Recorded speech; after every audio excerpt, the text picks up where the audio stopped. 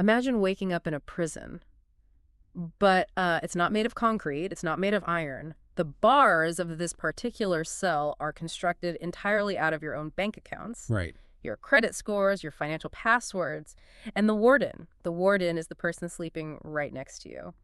Yeah, it's a chilling thought. It really is. It's the person who, just a few years ago looked you in the eye and convinced you they were only building a fortress to keep you safe from the world. And that's the terrifying realization. The most dangerous part is that the construction of that prison happens in complete silence. Wow. To the outside world, and honestly, often to the victim themselves, the building of that cage is perfectly disguised as love, as partnership and devotion. So how does that happen? How does a partnership morph into an invisible cage? Today, we are doing a deep dive into a huge stack of clinical psychology papers, forensic accounting data, and neurological studies that explain exactly how this works. We're unmasking the machinery here. Exactly. We are going to unmask the hidden psychological machinery of covert narcissism and coercive financial control. And I want to be really clear right up front. This isn't a conversation about couples bickering over a credit card bill. No, not at all. Right. This isn't about someone just being bad with money.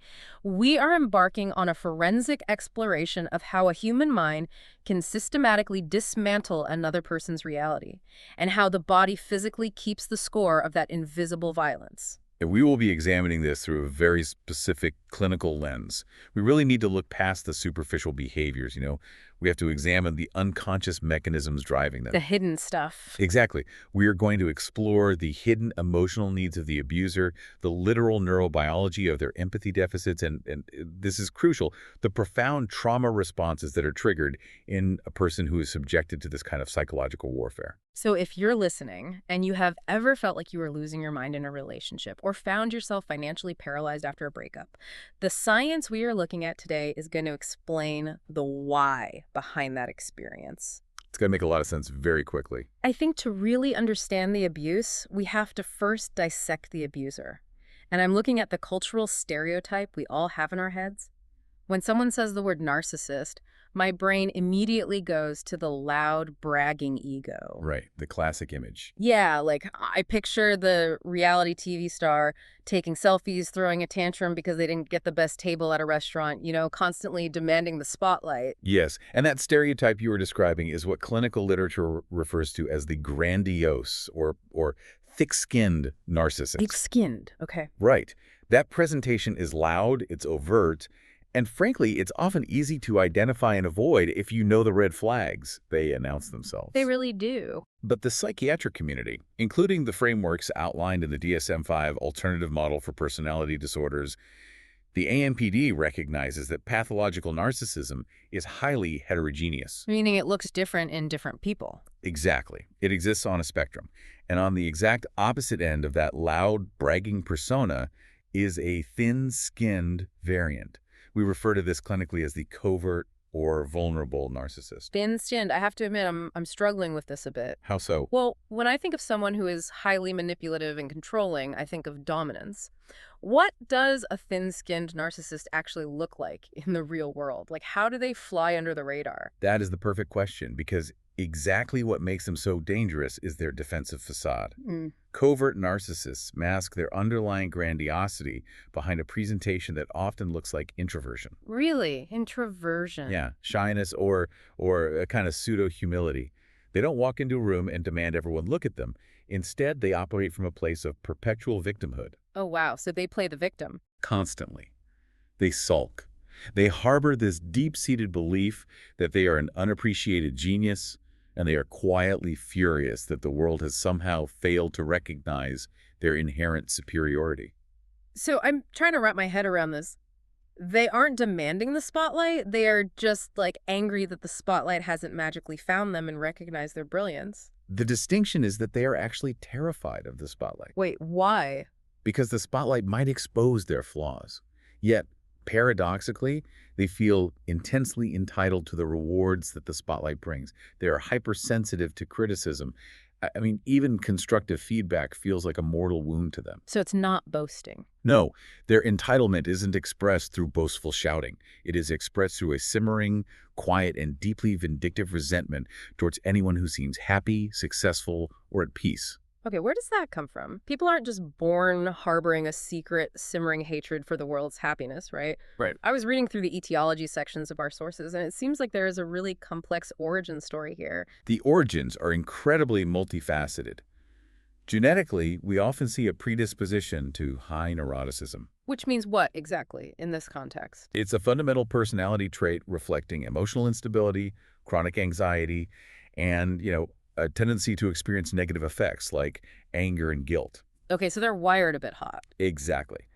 But the biological predisposition requires an environmental trigger. Developmentally, this condition almost always stems from profound childhood trauma or attachment disruption. When you say childhood trauma here, are we talking about physical abuse, or is it more subtle than that? It can be severe physical abuse, certainly, Hmm. but often it involves environments that fundamentally fail to foster a stable, integrated sense of self-worth. Like neglect. Yes, severe emotional neglect where the child's true, authentic emotional needs are just completely ignored by the caregivers. Or it could be an environment of highly unrealistic parental expectations. Ah, where they have to perform to be loved. Precisely. The child learns they're only valued for their external achievements or their utility to the parent, rather than for just, who they are. That's heartbreaking, actually. It is, and paradoxically, it can also stem from severe overpampering. Really, spoiling a child can cause this. Yes, where a child is shielded from all normal developmental frustrations and falsely taught that they are inherently better than everyone else without ever having to develop the resilience to actually prove it. So you have a child in one of these environments, and they are experiencing this profound lack of authentic love or validation. How does a child's mind cope with that level of emotional starvation? What's the unconscious mechanism that kicks in? The psyche employs a radical survival strategy. It splits. Splits. Yeah. To survive this developmental trauma, the child basically buries their true self, which at that point is a shame-ridden, fragile, deeply insecure core that feels entirely inadequate and unlovable. So they hide the broken part. Exactly. And to protect that buried, fragile ego from ever being hurt again, the child constructs a hidden, grandiose fantasy self.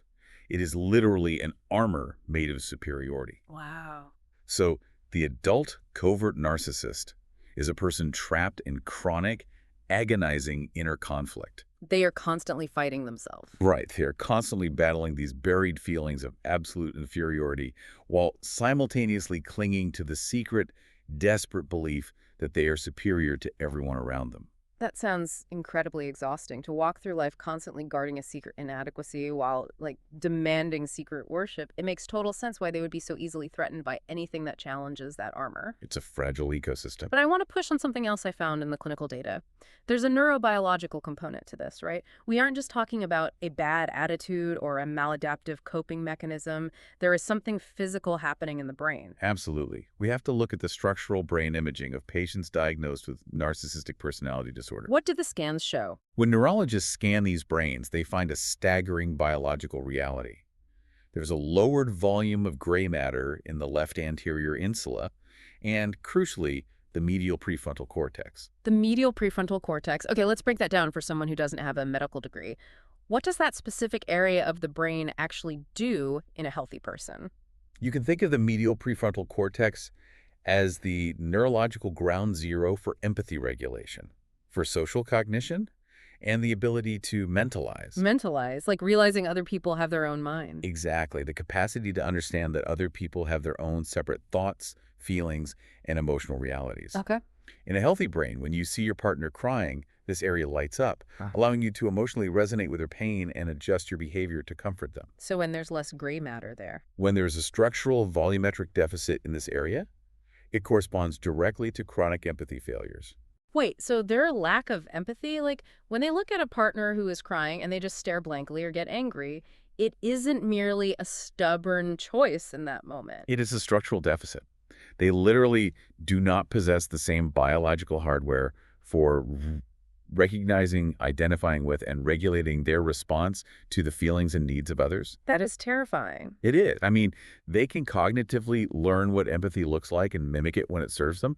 They know the script. But they don't feel the music. Exactly. They do not possess the effective emotional resonance that makes empathy a genuine internal experience. Okay, I'm trying to picture all of this coming together. The hidden grandiosity, the sensitivity, the lack of empathy hardware. If I had to build an analogy, if the overt, loud narcissist is the arrogant lead singer of a band. Right, the guy demanding the spotlight. Yeah, throwing a tantrum when the green M&Ms aren't in the dressing room, making sure everyone knows he's the star. If that's the grandiose narcissist, then the covert narcissist is the aggrieved sound engineer. Ooh, I like that. They are sitting quietly in the back of the venue, in the dark. They don't have a microphone. But they are silently sabotaging the audio mix. They are turning down the lead singer's vocals, messing with the bass, ruining the show for everyone else. Because they fundamentally believe they deserve to be the one on stage. Yes, and they deeply resent the rest of the band for existing. That sound engineer analogy captures the exact mechanism of their hostility perfectly. The covert narcissist's resentment is inextricably tied to the perception that others have a better life. Or they're getting the credit. Right. That others are receiving the attention, love, or resources that they themselves are inherently owed. This drives a vindictive, almost obsessive need for power and control behind the scenes. So they wreck the show on purpose. They feel entirely justified in sabotaging the mix, which, in a relationship, is their partner's life, career, and sanity.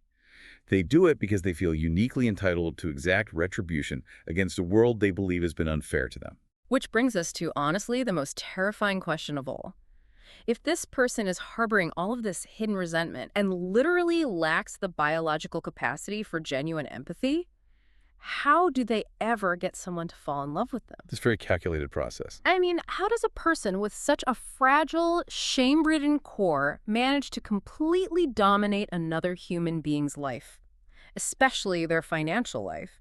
Nobody walks into a coffee shop, meets someone on a first date, and thinks, you know what, I'd love to hand over my bank accounts and have my reality systematically destroyed. No one signs up for that. Yeah. They achieve this domination by weaponizing the very foundation of any healthy, loving relationship. Trust. Weaponized trust. In the clinical literature on coercive control, this specific infiltration process is sometimes referred to as the altruistic takeover. An altruistic takeover, it almost sounds like an oxymoron. How can a hostile takeover be altruistic? It works flawlessly because it utilizes a very specific cultural cover. We live in a modern capitalist culture that heavily equates human value, safety, and success with high net worth, with financial stability and consumerism. Right, we judge people by their stuff. And because the covert narcissist lacks any internal self-esteem, remember that buried, fragile core, they become absolutely obsessed with external validation to inflate their empty ego. They need the props. They deeply need the big house, the financial status, the absolute control over resources to feel like they even exist. But because they are covert, they cannot demand these things aggressively or overtly. They can't just be like, give me your money. Right. They can't just say, give me your money so I can feel powerful. They have to acquire that control subversively under the guise of being helpful. So how does the trap actually get set? Walk me through the timeline of how someone, falls into this. The dynamic begins with a phase of intense idealization. Most people know this as love bombing. In the early stages of the relationship, the covert narcissist is highly attentive, observant, and seemingly devoted. They act as a psychological mirror. What do you mean by a mirror? They study your interests, your values, your deep-seated insecurities, and your dreams, and they reflect them back to you to create what feels like a once-in-a-lifetime, undeniable soulmate connection. So you feel completely seen. You feel seen, cherished, and entirely safe.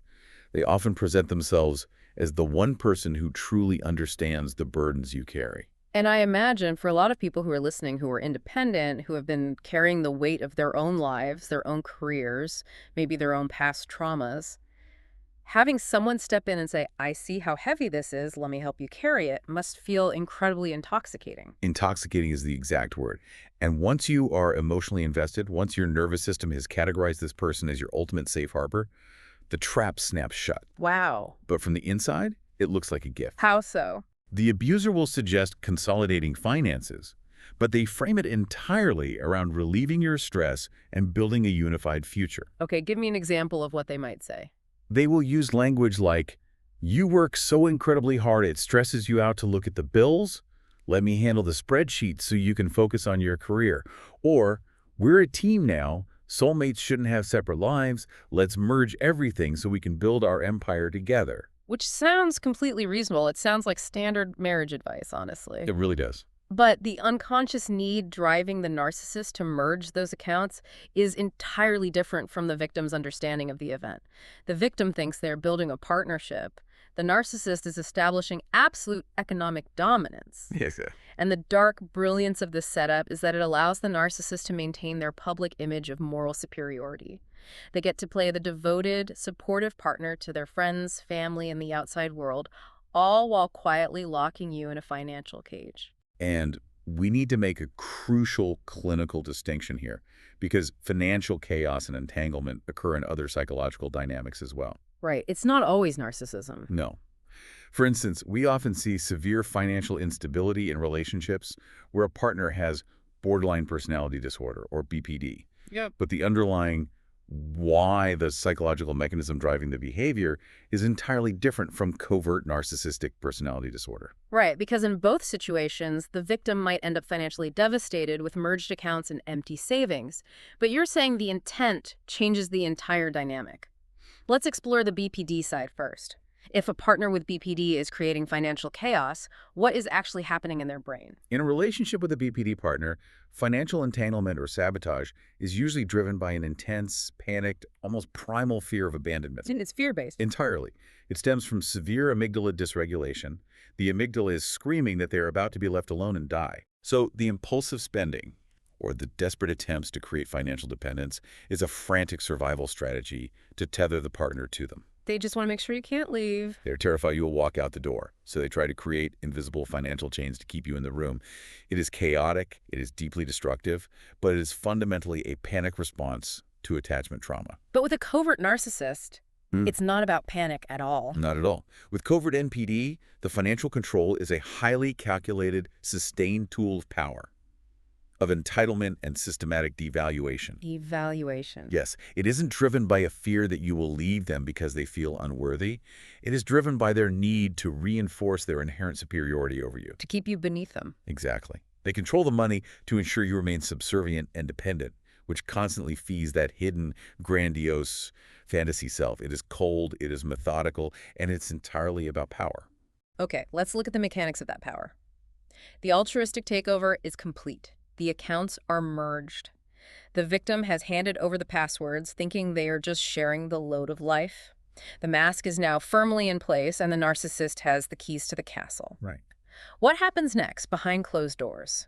What does this playbook of sabotage actually look like in the day-to-day reality of the relationship? Once the assets are merged and the control is secured, the covert narcissist initiates a regime of financial asphyxiation. Asphyxiation, like choking them out. Yes, choking them financially.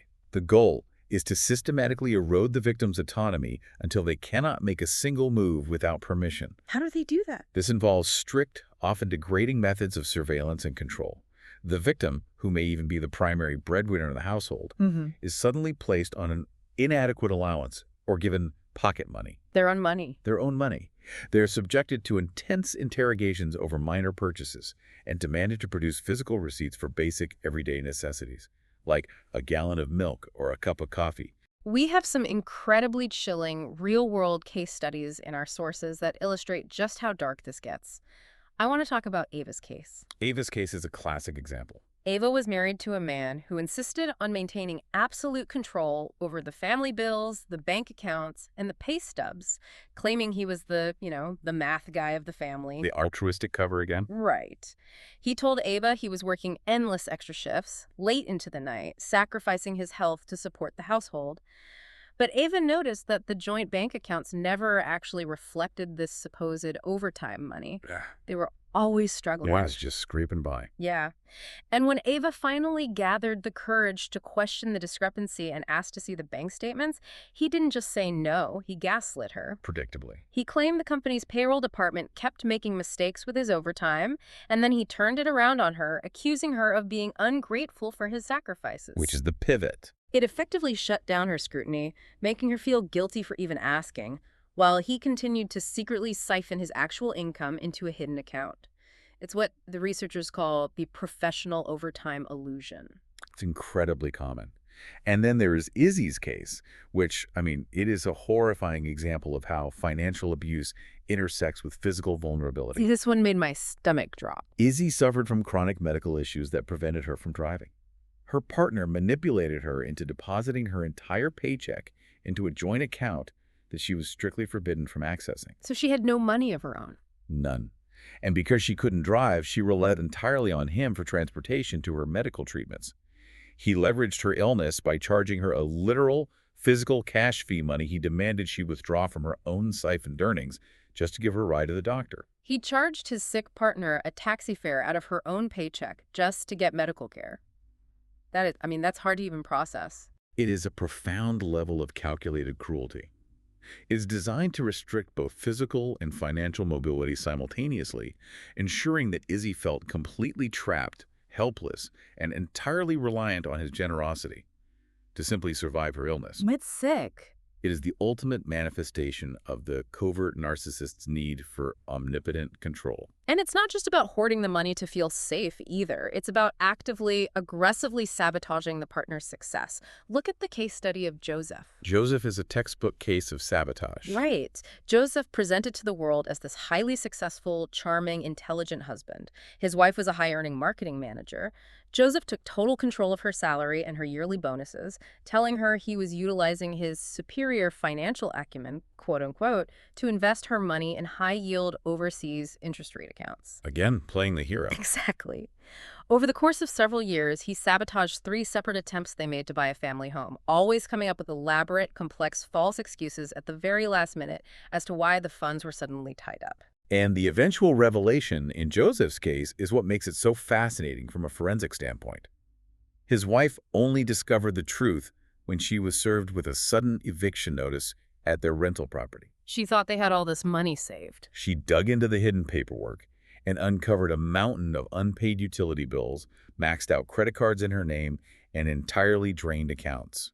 Joseph had never been investing her money. He had been systematically siphoning her savings and blowing tens of thousands of pounds on online casinos. The overseas investments were a complete fabrication to cover his gambling addiction and his financial parasitism. I keep coming back to the psychological gymnastics required to sustain this. When a victim finally notices these discrepancies, when Ava asks about the overtime, or when Joseph's wife asks why the house deposit fell through, how does the covert narcissist handle being caught? That is the critical moment. Because we established earlier that they have a fragile core and cannot tolerate criticism. So when they are confronted with literal proof of their theft, what do? That is the moment financial gaslighting is deployed with maximum force.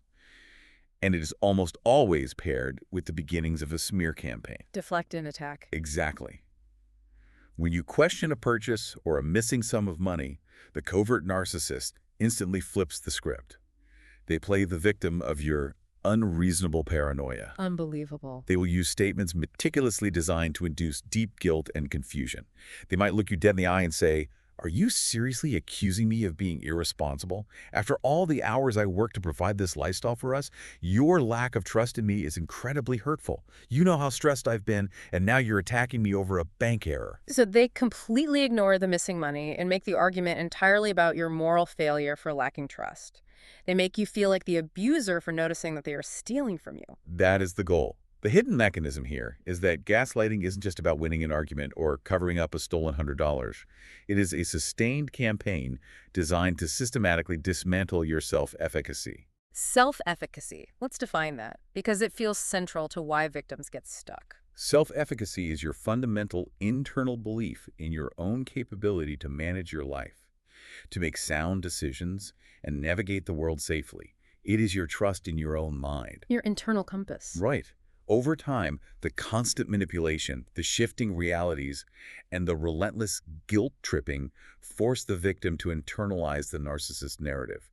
You slowly begin to believe that you truly are bad with money, that you are inherently overly emotional, that your memory is failing you, and that you are fundamentally incapable of surviving independently without their guidance. So they don't just steal your money, they steal your belief that you can manage money. Precisely. They steal your mind. And the really terrifying part is that they don't confine this narrative to the house, they go after your support system. The smear campaign is essential to their control. Covert narcissists rely heavily on their charming, quiet, supportive public persona. While they're destroying you at home. Yes. While they are torturing you privately, they will preemptively go to your friends, your family, and even your coworkers and express deep concern about you. Ugh. The fake concern. They will say things like, "I'm really worried about her mental health lately. She's been so erratic with her spending, I've had to take over the accounts just to keep us afloat." They strategically twist facts to make you look unstable to the outside world. So they are basically salting the earth. When you finally reach a breaking point and try to explain the abuse to your mother or your best friend, those loved ones who have only ever seen the narcissist's charming mask might actually side with the abuser. That happens all the time. They might say, well, he did say you've been under a lot of stress lately. This isolates the victim completely, creating an echo chamber where the only reality that exists is the narcissist's reality. This specific type of psychological manipulation leads us to a phenomenon detailed in the clinical sources that is perhaps one of the most profound and deeply damaging revelations in the study of pathological relationships. Oh, this part. It's a dynamic so incredibly disorienting that it routinely fools trained psychiatrists and seasoned therapists. We must examine the mechanism of projective identification. Yes. When I read this section of the research, it absolutely blew my mind. I want to unpack this very carefully because it is complex. Take your time with it. We are all familiar with basic psychological projection, right? Like, if a coworker is secretly deeply insecure about their own work ethic, they might project that onto you and accuse you of being lazy. Yeah. It's simple deflection. Simple projection is common. But projective identification goes a massive, devastating step further. How does it go further? The covert narcissist has disowned intolerable traits, their deep, agonizing shame, their terrifying vulnerability, their inner rage at the world. They project these feelings onto you. But they don't just accuse you of having these traits. Right. Through subtle, relentless, agonizing manipulation, they actually induce you to feel and act out those exact emotions. Okay, I want to make sure I completely understand this because it honestly sounds like science fiction. You're saying they force you to carry their psychological garbage, and they manipulate the environment until you actually start behaving as if that garbage belongs to you. That is exactly what happened. Walk me through what this looks like on, like, a random Tuesday night. How do they actually do this in real time? Let's use a hypothetical scenario. It's Tuesday evening. You are washing the dishes. The covert narcissist enters the kitchen feeling a deep, unconscious surge of their own inadequacy and internal rage. Maybe they had a bad day at work. Right. Perhaps they felt slighted by a boss. Right. But they cannot process their own rage. It threatens their victim persona. So they need you to hold the rage for them. Okay. They will begin a campaign of subtle provocation. They might sigh heavily. They might move your belongings just slightly out of place. They will make passive-aggressive comments about your tone of voice. They will gaslight you about a conversation you had an hour ago. Just constant chipping away. Yes. They will employ the silent treatment, withholding affections or basic acknowledgement. They are poking the bear, but they are doing it with a totally flat affect. Right. They aren't yelling. Exactly the opposite of yelling. They do it with a calm, innocent, sometimes even concerned facade. They push every single boundary you have. They poke and poke and poke, escalating the psychological pressure until finally, pushed to the absolute brink of human endurance, your nervous system shatters. You snap. You snap. You start yelling. You cry. You scream out of sheer frustration. You lose complete control of your emotions because you are being psychologically suffocated. And that explosion, that is what the literature calls reactive abuse. Yes. And the very moment you snap, the narcissist has achieved their unconscious goal. Yeah. The projection is complete. Oh my God. They remain perfectly calm. They stand there in the kitchen. They point a finger at you and they say, "Look at yourself. Look at how hysterical and abusive you are. I'm just standing here and you are screaming at me. You are the crazy one. I am the victim of your rage." I literally have chills because in that moment, the victim actually ends up looking like the abuser. To the neighbors who hear the shouting, to the police if they are called, and most tragically, to the victim themselves. Yes, the victim internalizes it. They look at their own shaking hands and think, my God, am I the abusive one? It is the ultimate mind game. And this raises an incredibly important, deeply tragic reality in the mental health field. This precise dynamic of projective identification and reactive abuse is exactly why victims of pathological love relationships are routinely misdiagnosed by therapists, counselors, and psychiatrists. Why does the misdiagnosis happen? I mean, shouldn't a trained professional be able to spot this? Imagine a victim entering a therapist's office for the first time. They appear frantic. Their nervous system is entirely dysregulated. They are highly anxious. They are crying. They are second-guessing every word they say, and they are deeply confused about reality. They look unstable. They might even confess, "I yelled at my partner so loudly last night I think I'm losing my mind." A clinician who is not specifically trained in the nuances of coercive control and covert abuse looks at this presentation and sees the symptoms of a mood disorder. So they diagnose the reaction. Exactly. They might misdiagnose the victim as having bipolar disorder, borderline personality disorder, or severe paranoia. Because the therapist is only seeing the reaction. They are seeing the smoke, but they have no idea about the invisible psychological fire that the narcissist set to cause the smoke. The therapist treats the victim for an inherent pathology, completely missing the environmental trauma. In reality, the victim is not suffering from a personality disorder. They are suffering from complex post-traumatic stress disorder, or CPTSD. Caused by the relationship itself. Yes, caused by chronic betrayal, the erosion of their identity, and the systematic dismantling of their perception of reality. It is breathtakingly cruel, and it transitions us perfectly to the next critical piece of this puzzle. The mind can be confused by gaslighting. You can be convinced by a therapist or a partner that you are the crazy one. But the body... The body knows. The body always keeps the score. It doesn't lie. I want to shift away from the psychological mind games and look at how this invisible warfare literally rewires your nervous system. This is where we must examine polyvagal theory, which was pioneered by Dr. Stephen Porges and further translated for clinical application by therapists like Deb Dana. Tell me about polyvagal theory. Polyvagal theory is the science of feeling safe and helps us understand how the autonomic nervous system constantly scans the environment for cues of safety and danger. When you're trapped in a relationship with a covert narcissist, you are subjected to chronic, unpredictable, inescapable stress. The unpredictability is key. Yes. Absolutely. The relationship operates on intermittent reinforcement, which means unpredictable cycles of intense reward. Like the love bombing returning briefly. Exactly. Followed by intense punishment, like the gaslighting and silent treatments. It's like being on a slot machine where the payout is affection and the loss is emotional devastation. You never know what pull of the lever is going to give you which result. That unpredictability keeps your body stuck in a state of severe autonomic dysregulation. Your nervous system is constantly oscillating between two defensive states. What's the first state? The first is sympathetic arousal, the classic fight-or-flight response where your heart rate spikes, adrenaline floods your system, and you are hyper-alert to every micro-expression on your partner's face. Always waiting for the shoe to drop. Exactly. The second is the dorsal vagal state. Stop there. Dorsal vagal state. What does that actually feel like in the body? The dorsal vagal state is the body's ultimate emergency brake. It is the freeze or shutdown response. When your nervous system determines that fighting or fleeing won't work, because you can't out-argue the narcissist, and you feel financially trapped so you can't flee, your body shuts down to conserve energy and minimize the pain of the attack. It feels like dissociation. It feels like depression. You feel numb, disconnected from reality, heavy, and entirely immobilized. And there is a neurological cost to living in these survival states for years, right? I read in the notes that it actually affects the prefrontal cortex. When your body is locked in survival mode, whether sympathetic fight or flight or dorsal vagal freeze blood flow and energetic resources literally schist away from your prefrontal cortex. That is the part of your brain responsible for complex logic, long-term planning, and executive function. Right. In a trauma response, the prefrontal cortex essentially goes offline. So that explains the brain fog. Victims constantly report feeling foggy or emotionally numb or unable to make a simple decision like what to make for dinner, let alone how to plan an escape route. It's not a choice. Right. It isn't a character flaw or a sign of weakness. It's a biological imperative. Your brain is literally saying, we don't need to use resources to plan for retirement right now. We need all our energy to survive the psychological tiger in the living room. That is the exact mechanism. And it also explains the severe, completely unexplained somatic symptoms that victims develop.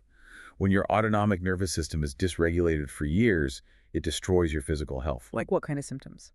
Victims present with chronic gastrointestinal distress, like IBS, severe muscle aches and fibromyalgia, chronic insomnia, autoimmune flare-ups, and adrenal fatigue. The body is bearing the physical, biological weight of an invisible war. And when it comes to the specific financial aspect of this abuse, the body develops a very unique trauma response. The clinical sources refer to this as financial hypervigilance. Yes. What's deeply fascinating here is how neuroplasticity works in the context of trauma. Write that down for me. The amygdala, the brain's threat detection center, learns through repeated exposure to equate money and anything related to money with a direct survival threat. Because of the abuse. Exactly. Yeah. Over time, the repeated experience of having your financial access restricted, being interrogated over grocery receipts, or facing explosive, rage-filled consequences for minor spending decisions conditions your nervous system. So the brain actually wires money together with danger. Yes. And this conditioning is so profound that even years after you have escaped the relationship and are physically safe, the simple, mundane act of buying basic groceries, opening a bank app on your phone, or receiving a piece of mail from the IRS can trigger a massive physiological trauma response. Even when you're safe. Yes. Victims experience severe nausea, full-blown panic attacks, or total dissociation just from looking at a spreadsheet. Because your body isn't broken. It's actually functioning perfectly based on the data it was fed for years. It is doing exactly what it was trained to do. It is bracing for the narcissist's punitive reaction. You look at a price tag, and your body expects the punishment. It's classical conditioning, really. The trauma experts outline how this financial hypervigilance generally manifests in one of 4 distinct survival styles, mapping onto the standard trauma responses. We need to explore how each of these looks in a survivor's life. The first is the fight response applied to money. The financial fight response looks like an aggressive attempt to control resources to ensure safety. How does that play out day to day? This manifests as compulsive hustling, taking on 3 jobs, and overworking to the point of severe physical burnout. The survivor hoards financial resources, terrified to spend a dime even on necessities. They just save everything. Because their amygdala genuinely believes that any reduction in capital equates to physical danger. They fight the fear by endlessly stockpiling money. Then there's the financial flight response. Flight is total avoidance. The survivor physically and mentally runs away from anything financial. Meaning they don't look at their accounts. They might aggressively refuse to open bank statements, they throw unopened bills in a drawer, or they completely avoid long-term financial planning. Merely looking at the numbers triggers such overwhelming emotional flashbacks that their only coping mechanism is to flee the reality of their finances entirely. Then we have the freeze response. How is that different from flight? Freeze is efficacy paralysis. The survivor isn't necessarily running away from the information, they are completely immobilized by it. Like a deer in headlights? Exactly. They might stare at the bank statement for hours, but feel entirely unable to make a single decision. This paralysis can leave them trapped in low-earning positions because negotiating a raise feels impossible, or they remain unable to execute basic, necessary transactions to rebuild their life. They are frozen in the headlights of their own financial reality. And finally, the fawn response. I want to slow down on this one because when I read this in the material, it broke my heart. It is so deeply misunderstood. Financial fawning is a trauma response designed to appease a threat to ensure safety. Appeasing the abuser. Yes, or anyone they perceive as a threat. For a survivor, this manifests as extreme financial overextension and overgiving to others. They have a complete inability to set financial boundaries. So they just give their money away. They might lend money they don't have to friends, overpay for services, or let themselves be financially taken advantage of in new relationships, all because saying no to a financial request triggers the terrifying muscle memory of the abuser's rage. They sacrifice their own resources to keep the peace. It's the ultimate tragedy of the abuse. The narcissist trained them that their only value is in what they provide to others, and their body is still running that program long after the narcissist is gone. It's deeply ingrained. If we connect this physical reality to the bigger picture, you can see how unbelievably devastating it is when a survivor finally reaches the point where they decide to leave. They're trying to execute the most logistically complex move of their life while dealing with a dysregulated nervous system, severe brain fog, and a shattered sense of self-efficacy. Which is exactly why the point of leaving is universally recognized in forensic psychology as the most dangerous phase of the relationship. This brings us to Act 6 of this deep dive, the forensic nightmare. Because when you finally find the strength to pack a bag and file the papers, the abuser's mask, that quiet, shy, introverted victim mask, completely falls off. Completely. The act of separation triggers a profound psychological crisis in the covert narcissist, known as a catastrophic narcissistic injury. A narcissistic injury. To a covert narcissist, you asserting your independence and deciding to leave is the ultimate betrayal. It threatens the very existence of their fragile, grandiose self. Because you're rejecting the illusion. Exactly. Consequently, their overarching goal shifts instantly. They move from a strategy of quiet, coercive control to a strategy of total, punitive financial annihilation. That punishment protocol. Yes. To a narcissist, A divorce or separation is fundamentally a zero-sum game. The concept of equity or fairness does not exist in their psychological framework. So compromise is impossible. Impossible. If you walk away with a fair settlement, they feel they have inherently lost. They believe with absolute delusional conviction that they are entitled to all marital assets, regardless of who actually earned the money, whose name is on the deed, or what the law dictates. The family court legal system simply becomes their new theater for coercive control. Precisely. And they execute this punishment through incredibly sophisticated methods of asset concealment.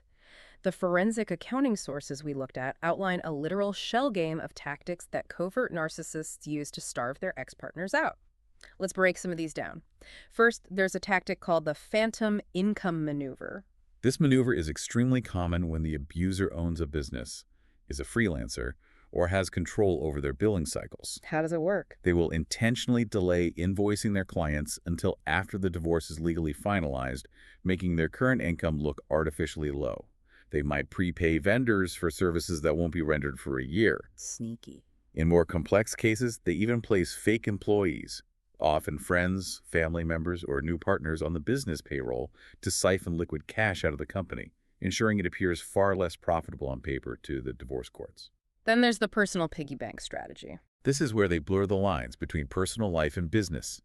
They aggressively write off luxury vacations, expensive dinners, golf club memberships, and even their new partner's rent, categorizing them as business expenses. Oh, that's infuriating. It artificially deflates their taxable income, which deliberately lowers the amount they might owe in spousal or child support, while they continue to live a lavish, uninterrupted lifestyle. We also see the sudden debt illusion. This one feels particularly vindictive because it involves recruiting accomplices. Yes, it's very coordinated.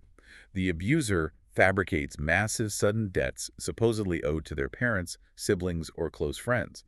They will transfer large sums of marital funds to these individuals just prior to or during the divorce proceedings, claiming they are legally bound to pay back a loan. When there was no loan. Exactly.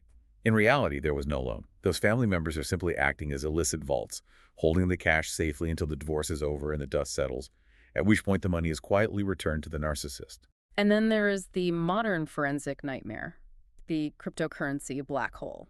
This is the absolute frontier of financial abuse right now. They take advantage of decentralized, unregulated digital assets. How does that look in a divorce? An abuser can transfer hundreds of thousands of dollars in marital assets into Bitcoin, Monero, or Ethereum and hide it on untraceable offline hardware wallets. Something as small as a USB drive kept in a safe deposit box. Wow. Good luck finding that. It is incredibly difficult, time-consuming, and brutally expensive for a victim to track these assets without hiring highly specialized, costly forensic accountants. Which brings us to the most devastating psychological tactic deployed within this legal battle: discovery fatigue. Yes, the exhaustion tactic. I want to highlight this because the emotional toll of this specific legal warfare is staggering. The abuser doesn't just hide the money, they weaponize the legal process itself. They deliberately drag out court dates. They refuse to produce required financial documents, forcing your lawyer to file motion after motion. They file frivolous countersuits. Exactly. They are executing a calculated war of attrition designed to exhaust your bank account and completely shatter your nervous system simultaneously. The tactic relies on the fact that the victim is already functioning in that exhausted, traumatized dorsal vagal state. They're already running on fumes. Right. And tragically, it often works. This raises a heartbreaking curiosity gap that family law attorneys see every day.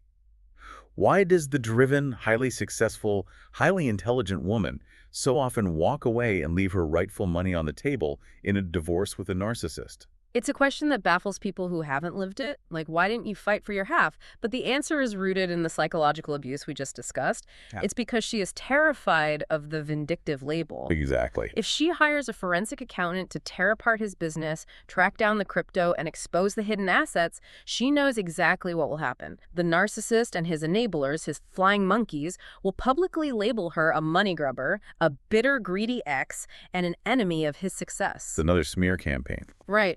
For a survivor whose identity and self-worth has already been systematically eroded for years, the fear of being socially vilified and having her character assassinated is profoundly destabilizing. She will walk away, take the unfair settlement, and leave her own money behind, just to make the psychological nightmare stop. The abuser is banking entirely on that exhaustion.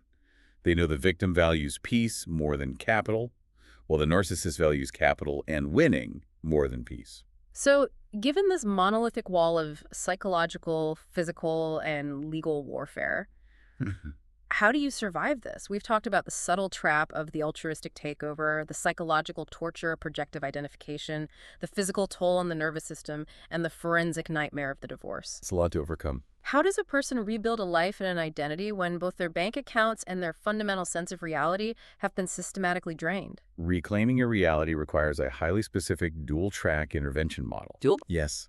The mistake many people make is focusing solely on the money or solely on the mind. They must run in parallel. Track 1 is practical, forensic stabilization. What does that look like practically? This means immediately pulling comprehensive credit reports, freezing your credit at all major bureaus to prevent the abuser from taking out coerced debt in your name. It means hiring forensic accountants if possible and aggressively seeking legal injunctions to prevent the transfer or dissipation of assets. But the practical knowledge doesn't touch the root of the trauma. You can hand a survivor a perfect spreadsheet and an airtight legal strategy, but if their nervous system is still bracing for danger, they can't utilize it. Exactly. You cannot out-logic a traumatized nervous system. So what's track 2? The second track, deep psychological and somatic healing, is vital. Standard talk therapy is often insufficient here. Survivors require specialized modalities like eye movement desensitization and reprocessing, or EMDR, to process the trauma memory stored in the body. And somatic work too, right? Yes, somatic experiencing to help the nervous system slowly relearn how to exit the freeze response and tolerate safety. But the absolute core of the psychological work is identity reconstruction therapy. Defeating the internalized narrative. Mhm. Because for years, the narcissist whispered in your ear, you are bad with money, you can't survive without me, you are crazy, you are hysterical, you are incapable. And it doesn't matter if you run a hospital floor or manage a massive corporate P&L or hold a PhD. Trauma does not argue with your resume. Trauma overwrites it. Identity reconstruction is the deliberate, painstaking process of recognizing that the shame you feel does not belong to you. It belongs entirely to the abuser. You are not stupid for trusting them. You were systematically and intentionally deceived by someone who weaponized the very concept of partnership. Wow, yeah. The therapy is about remembering who you were before the abuse began and forging a new, fiercely resilient self-concept based on actual reality, not on the funhouse mirror of their gaslighting. I was trying to think of an analogy for this, and it feels like a computer virus that overwrote your fundamental operating system. The virus convinced the computer that it couldn't run basic programs anymore. It corrupted the hard drive. That's a great way to put it. Therapy isn't just about running an antivirus scan and deleting the bad code. It's about remembering how to code your own software again from scratch. That is a powerful framework. And practically speaking, this involves very specific somatic practices, like financial pacing. What is financial pacing? Financial pacing is the act of taking incredibly small, highly grounded steps to engage with your financial reality.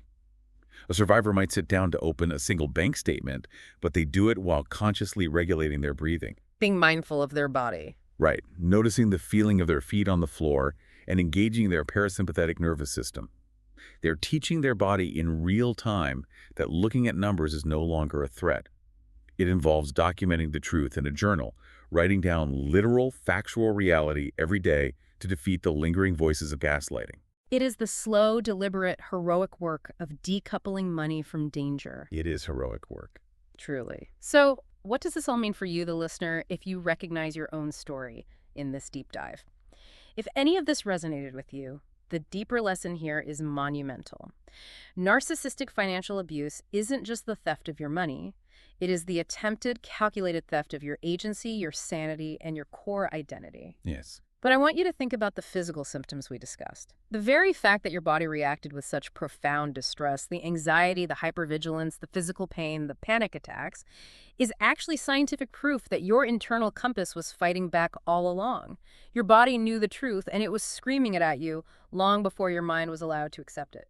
There is a profound transformation that occurs in recovery. When you rebuild your life after coercive control, you do not just go back to the naive, trusting person you were before the abuse. You emerge with a hard-won forensic understanding of your own boundaries. You're forever changed, but maybe for the better. Exactly. Consider this. What if the intense hypervigilance you're feeling right now, the anxiety that makes you question everyone's motives, isn't a permanent scar? What if it is simply the first, raw, uncalibrated stage of an unbreakable, fiercely protective, new intuition? The journey of healing isn't just about reclaiming your stolen assets in court, it's about the radical, defiant act of reclaiming yourself.